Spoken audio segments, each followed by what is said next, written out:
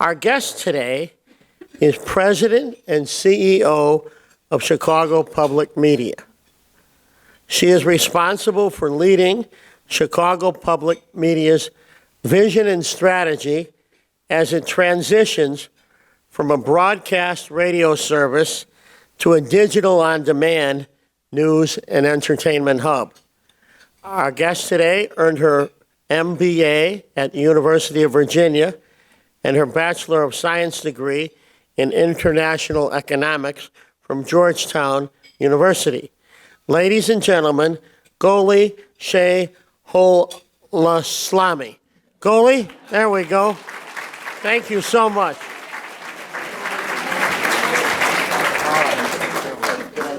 You did great. Thank you. Thank you.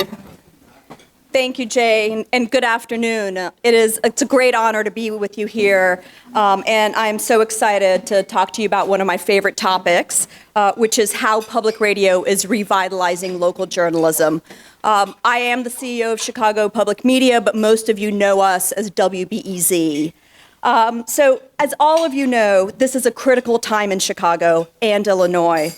Communities are literally under fire. Public schools are in crisis, and a state budget impasse is strangling social services. The issues are complex, and the implications profound.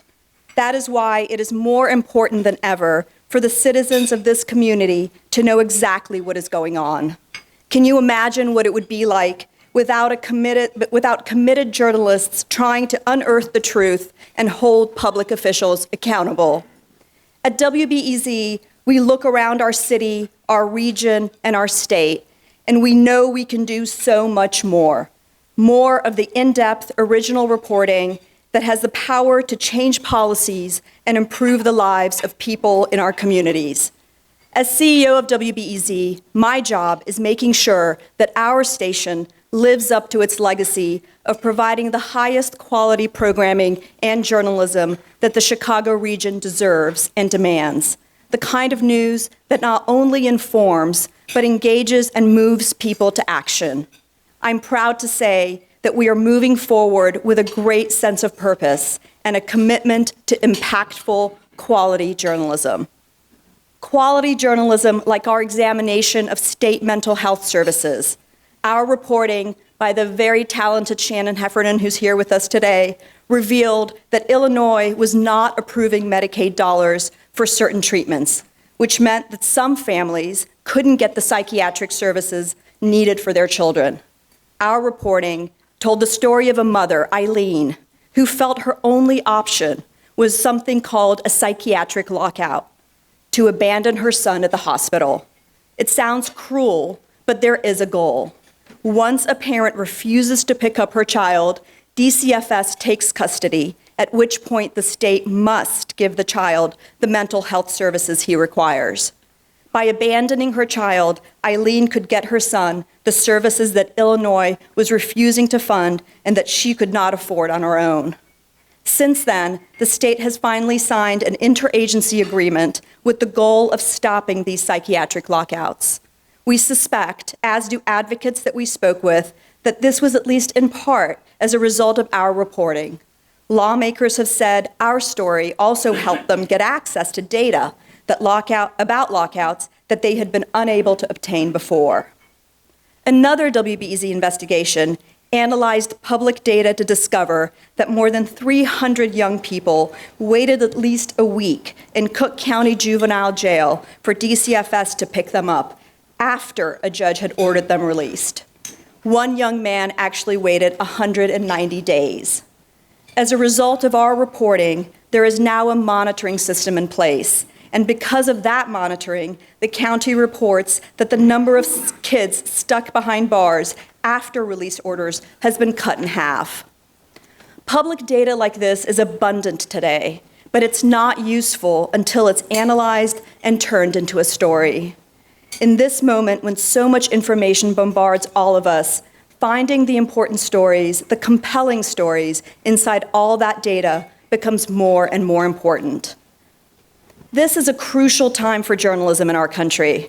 Our very foundation, fact-based reporting, is being challenged by the echo chamber of social media and even by some traditional media organizations. Distrust of institutions, including media, is at an all-time high, and our elected officials are using that to obfuscate and undermine while relying on partisan news organizations to drive a stake in the heart of a fragile media landscape. Long before our current fake news crisis, most news organizations had already dramatically cut back on their reporting as their business model was undercut by the free information of the internet. And the cutbacks continue. Between 2001 and 2016, American newspaper companies slashed their workforces by more than half, from 412,000 employees in 2001 to 174,000 last year. Local newspapers and television stations were particularly hard hit, with serious repercussions nationally. Numerous media analysts have concluded that coverage failures in the presidential election were compounded by the lack of local reporting infrastructure. Americans had little understanding of what was going on in different regions of our country. Yet, acknowledging these challenges, I've never been more excited and optimistic about working in news media than I am right now. Serious journalists are re-energized and recommitting to their mission and their craft. When the President of the United States calls the news media the enemy of the people, make no mistake, that is a challenge to journalism, not the death knell. Reporters, student journalists, and leaders in our industry are responding to that with passion.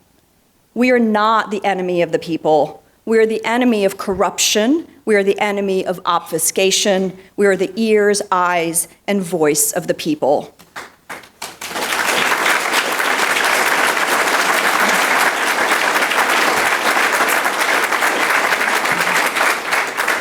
I believe in my core that journalism is essential to keeping our democratic institutions intact, and that truly healthy civic society requires journalistic muscle at both the national and local level. My vision is to establish WBEZ as the premier news organization in Chicago. For the past 3 years, we've been laying the foundation, and now we have a strategic plan for the next 3. Most of you know us at WBEZ, and some of you know us as NPR. National Public Radio and member stations around the country work together every day to produce in-depth and balanced local, national, and international reporting. Together, we produce the #1 and #2 most listened to talk radio programs in the country, Morning Edition and All Things Considered, with Rush Limbaugh as #3, despite what he says. 41 million listeners tune into their local public radio stations each week. 600,000 Chicagoans turn to WBEZ each week. And just last month, NPR was named the 2017 Harris Poll News Service Brand of the Year.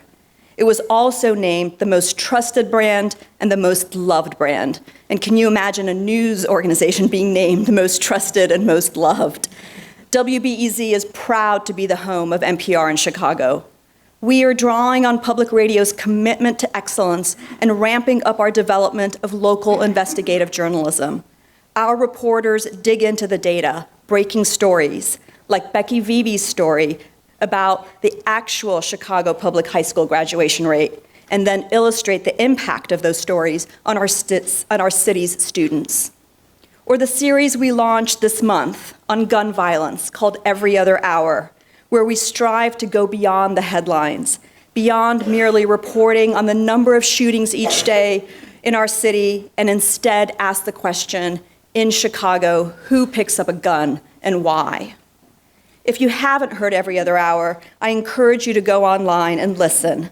In a 29-minute audio documentary, our reporter, Patrick Smith, tells the story of Alex, a student who stayed away from his gang for over a year until one day everything changed. Let's listen to a bit of that. My friend was like all into school, like he was all for it. Like he just tried to do the same thing that I was trying to do, get out the gang life. And on his 18th birthday, he ended up getting killed. And when that happened, it kind of like brought me back into my old ways, into like being a crazy guy, you know, like doing bad things. Like I was trying to change myself. I was in Malcolm X getting my GED. I was going to welding school, and I was doing so good. I had a job. I wasn't going to my hood for a year and a half, and you not showing your face around the block, it's consequences, you know. It's called the SOS, smash on sight, you know, like when they catch you, they beat you, you know. So I guess that's what I had coming for not being around for a year and a half. So the day my friend got killed, I decided to go back to my hood and take a two-minute beatdown from all my guys, you know. And I'm like, yeah, I'm part of the block now, you know. I'm back again, you know. It's just I was going through some things. I told them what I was doing, and they accepted it. Like, yeah, that's cool, you know. We want you to change your life, but, you know, you got to come back and show your face, you know. You got a family here. And as soon as after the beatdown, I told my friends, like, I need a gun.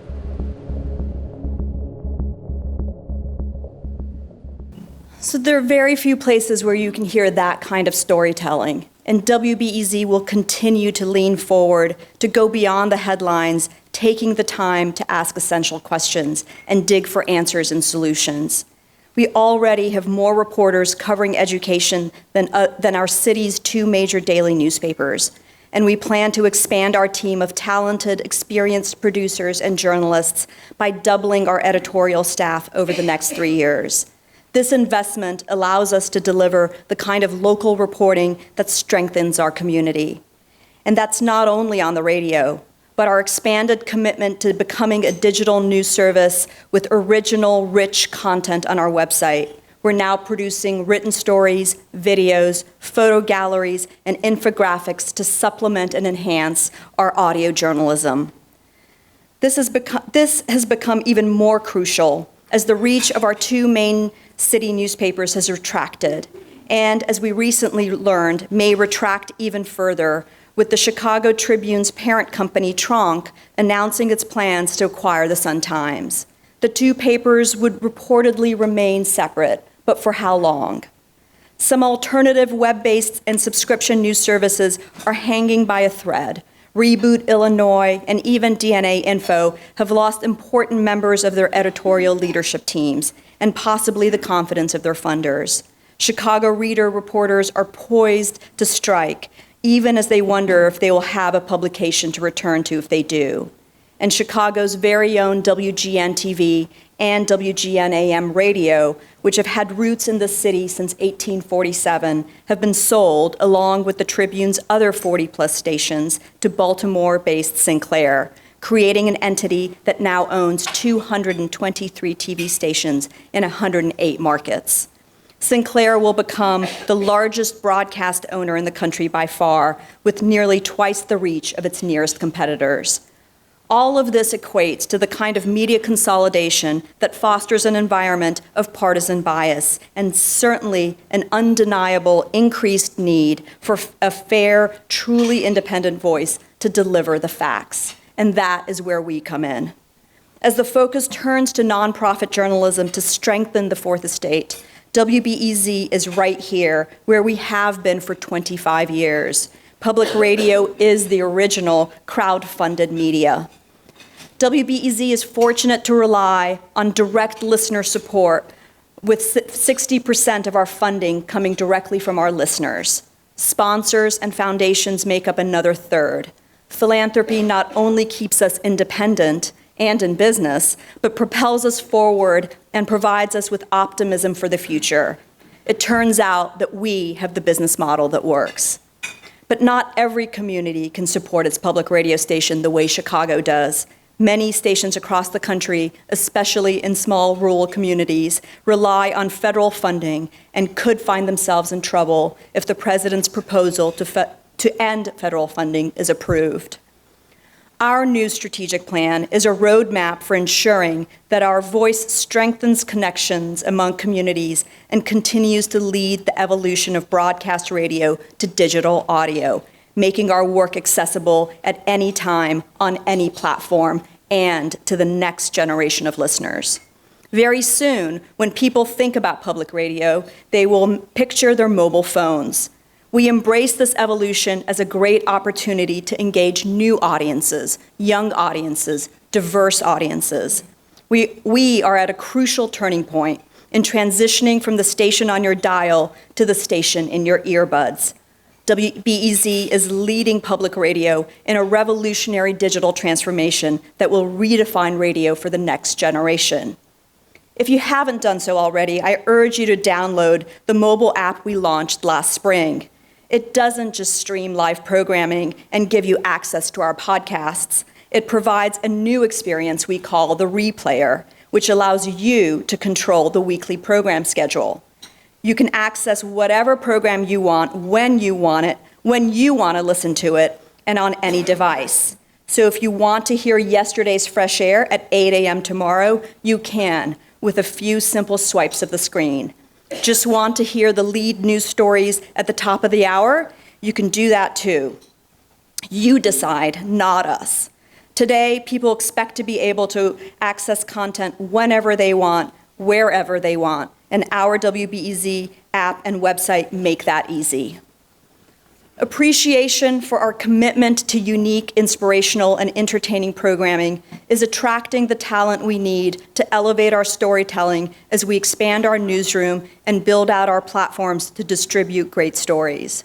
Our innovative podcasts are designed to appeal to younger and more diverse audiences. We are building on a legacy of ambitious, creative programs that paved the way. Iconic public radio programs like Wait, Wait, Don't Tell Me and This American Life that were created right here in Chicago at WBEZ. We are committing to developing the next generation of programs with a Chicago sensibility that are appreciated nationwide. Programs like Nerdette, Sound Opinions, Serial, and our recent Making Oprah podcast. When it comes to the pressing issues our communities face, gun violence, the budget impasse, immigration, we do more than report them. We collaborate to define them, point to solutions others have uncovered, and elevate the community organizations and organizers who are creating real change. Over the next few years, we will deepen existing partnerships and seek out new opportunities. We will increase our work with civic organizations and cultural institutions that share our values and commitment to improving communities. It's exciting to know where we are going and how we're going to get there. We're committed to being a talent hub for the next generation, to taking risks, to doing more than just keeping up with technology, but to break new ground. In the face of a politically divided state and nation and the political denigration of journalism, WBEZ's role has never been more urgent. We need partners who share our passion for people, building relationships, and telling stories that deepen our understanding and make us all feel more connected to our community. Our country, our state, and our city are divided along many lines, but our brand of journalism can and will play a key role in giving a voice to our commonality. If you're inspired by our vision, informed and entertained by our journalism and programming, we want you by our side. Thank you.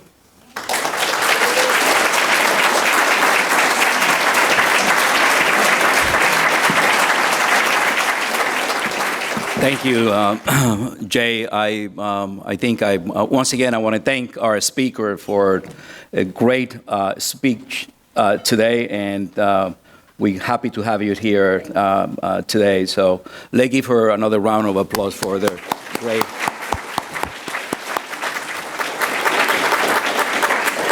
So now we have a few questions here for you.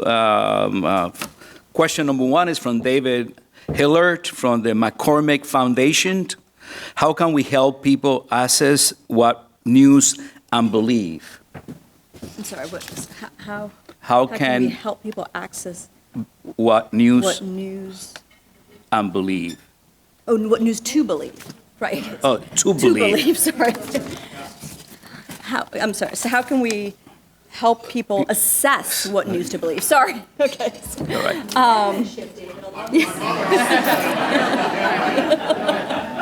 David, don't worry about it. We got it finally.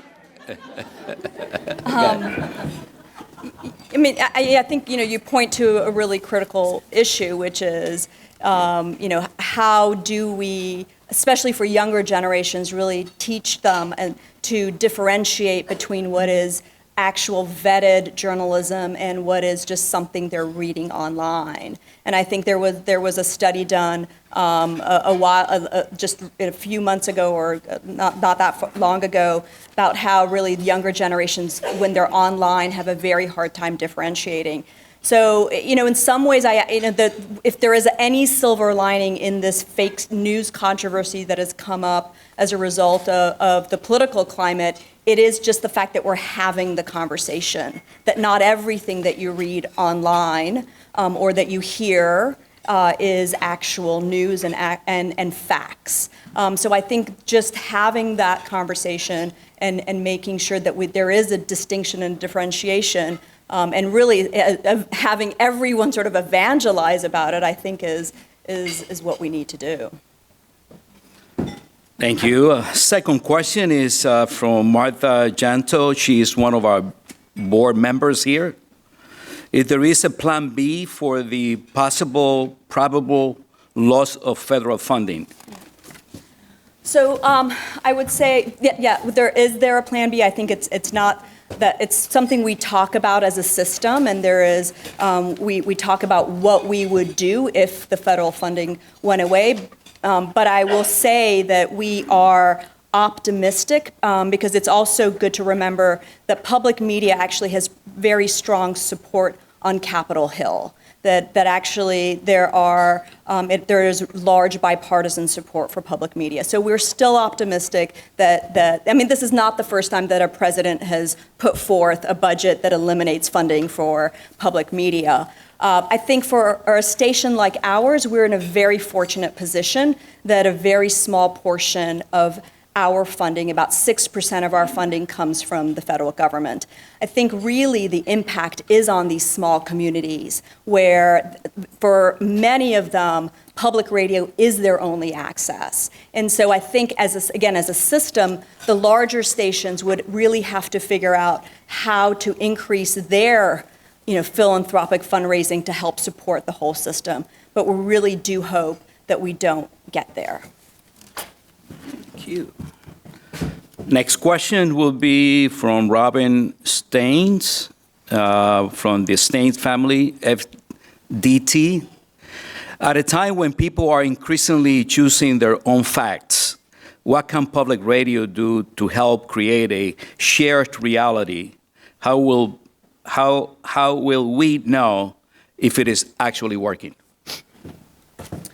I think, we'll know if, it's a great question. And how will we know if it's actually working? I mean, I think that for me, it's, the examples that I gave are also, the way that we assess whether we're having an impact. Because in many ways, our role is really about disseminating the information and making sure that citizens in the community have the information they need to make sure that the changes that have to happen. And so I think that part of it is about making sure that what we are doing is being heard and consumed by as large an audience as possible in as diverse geographic area as possible, and then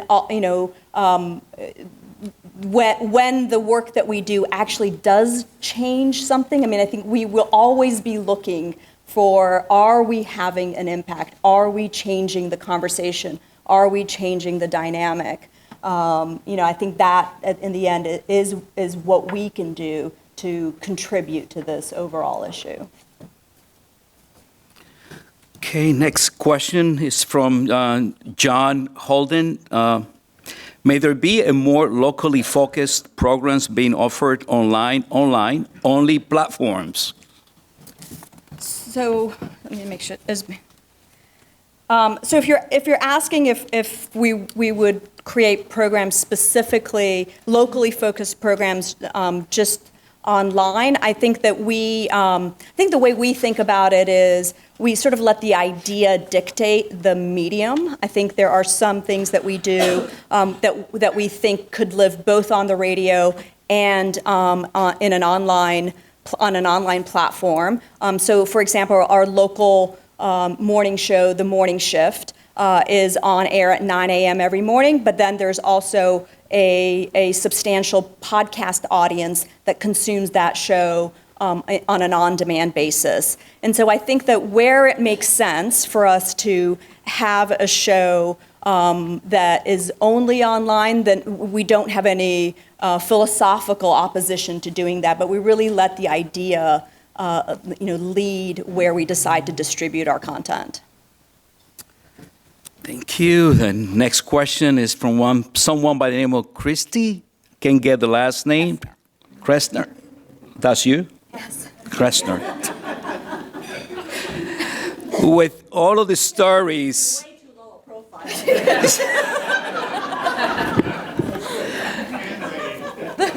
With all of the stories deserving coverage, tell us how WBEZ decides how to focus on and how many resources to commit to that story. Yep.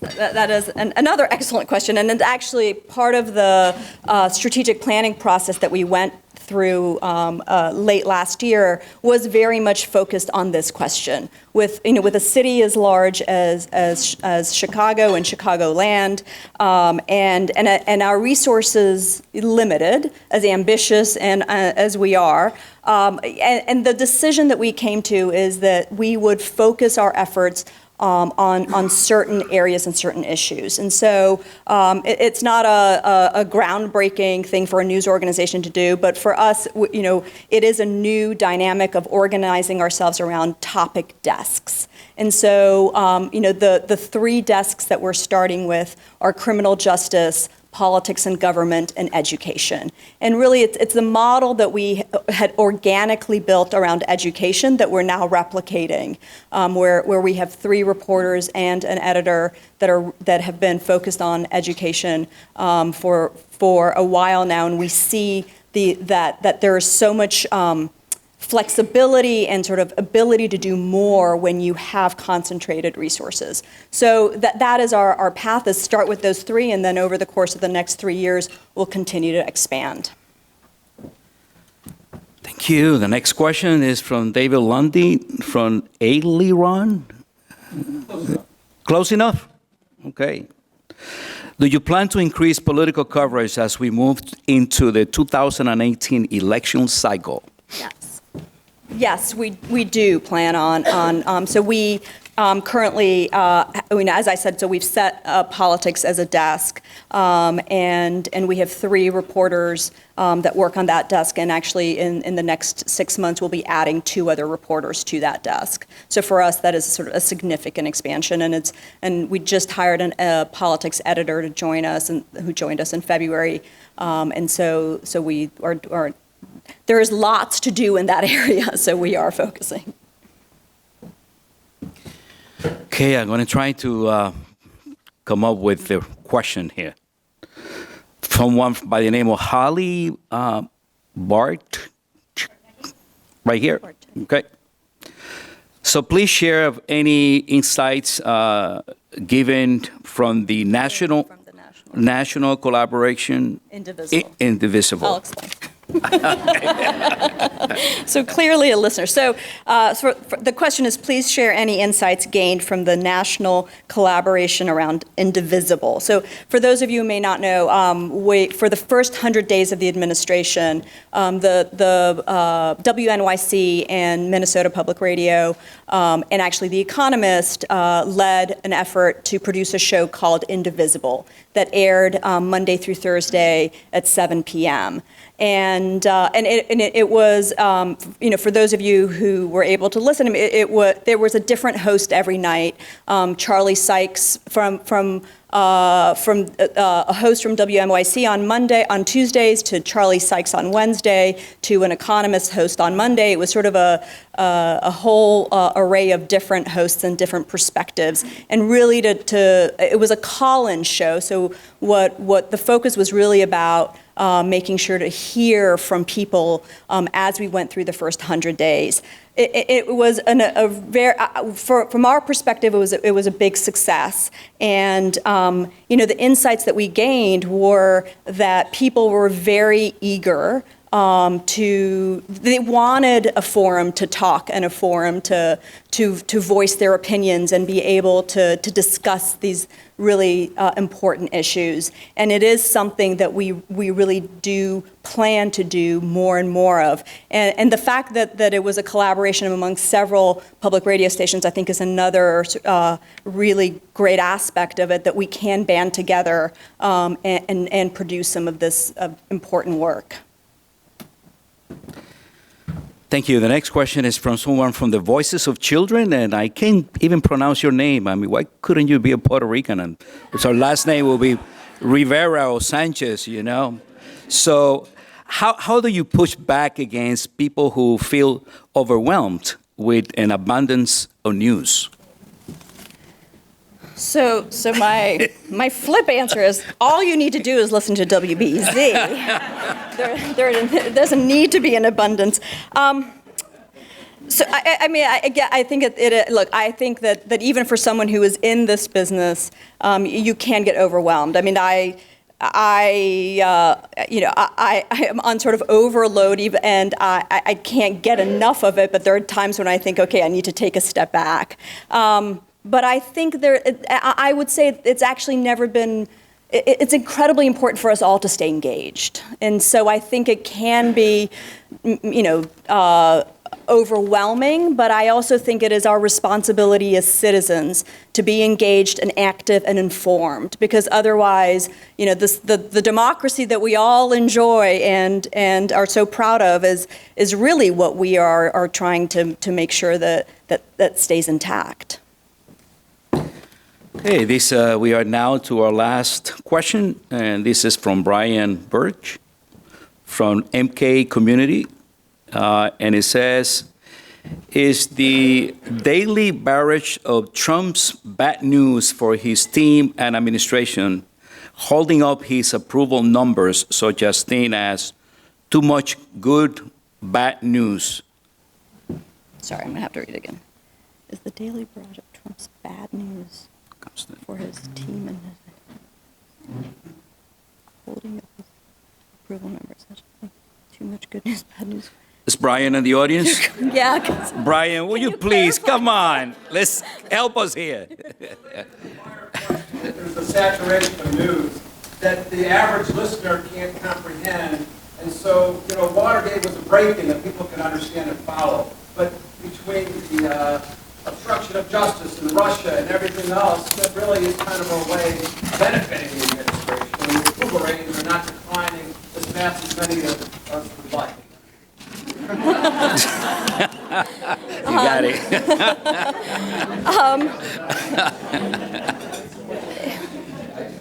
Yeah, well, I'm not sure. I think that yes, there are multiple issues and topics to cover. It's not just one.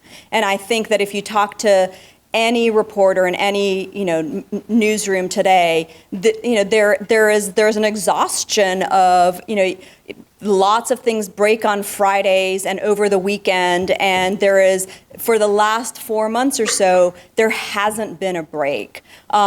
Do I think it's helping him? I don't. I feel like that the news media and journalism is really what has shed light on all these issues. And so were it not for what we're doing on a daily basis, none of this would be getting out. So I don't think it's helping the administration. I think that they would much rather prefer that we not exist, actually. So, I think that whether it is helping or hurting, it's also only 4 months in, and I also think that that we'll have to wait and see what happens in the next few months as well. Okay, I think we have exhausted all of our questions now, and we would like to thank Goli once again. I am not going to try to pronounce your last name because that's going to be a tragedy here today. But I want to thank you for your insight in today's talk and the courage to kind of address all of the issues relating to medias and the responsibility that you all have to keep the public actually informed. Thank We have a mug. And it should be